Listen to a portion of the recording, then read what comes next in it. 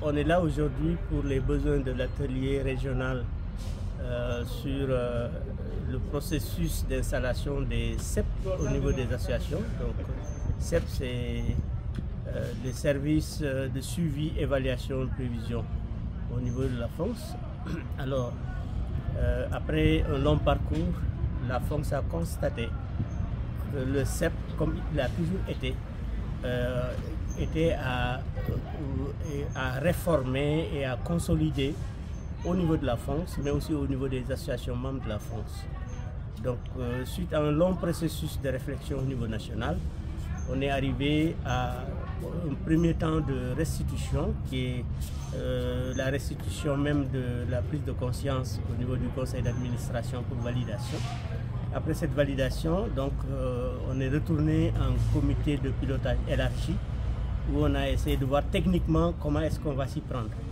Et dans cette feuille de route, il était prévu qu'on organise, qu'on partage la réflexion au niveau des régions, donc au niveau de toutes les associations au sein de chaque région, pour que maintenant qu'on essaie de jauger le niveau d'engagement des organisations paysannes. Comme lors du CA, les responsables des associations s'étaient engagés, il fallait les voir partager avec un staff restreint au niveau des associations. Un staff qui est assez représentatif, parce que là on a besoin des administrateurs, on avait besoin aussi des femmes qui sont représentées par le collège des femmes et des jeunes représentés par le collège des jeunes.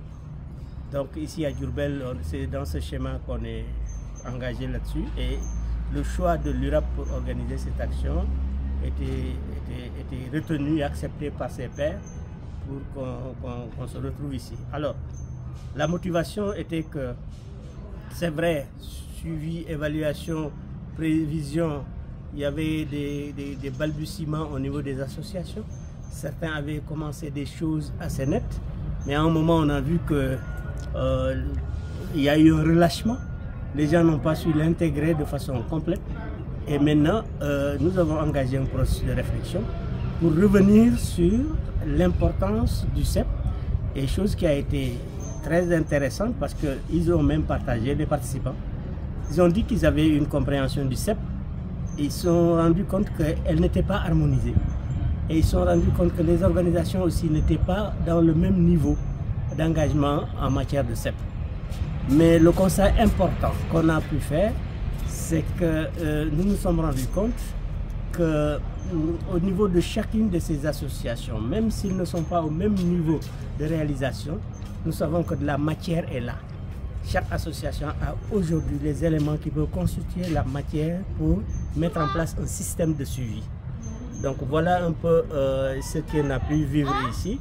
Et ensemble, d'après les témoignages et ce que les gens ont pu réaliser, ce qu'ils ont pu partager, on s'est rendu compte que l'atelier était nécessaire et que chaque association a su se mesurer à ce qu'il attend pour qu'il y ait un engagement de l'association pour commencer le dispositif.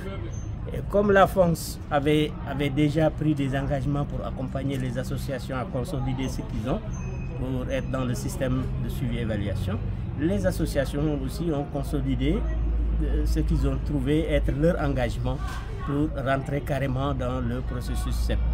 Ce sera maintenant, ils vont le faire à des vitesses différentes parce qu'ils ne sont pas au même degré d'avancement dans ce processus de suivi.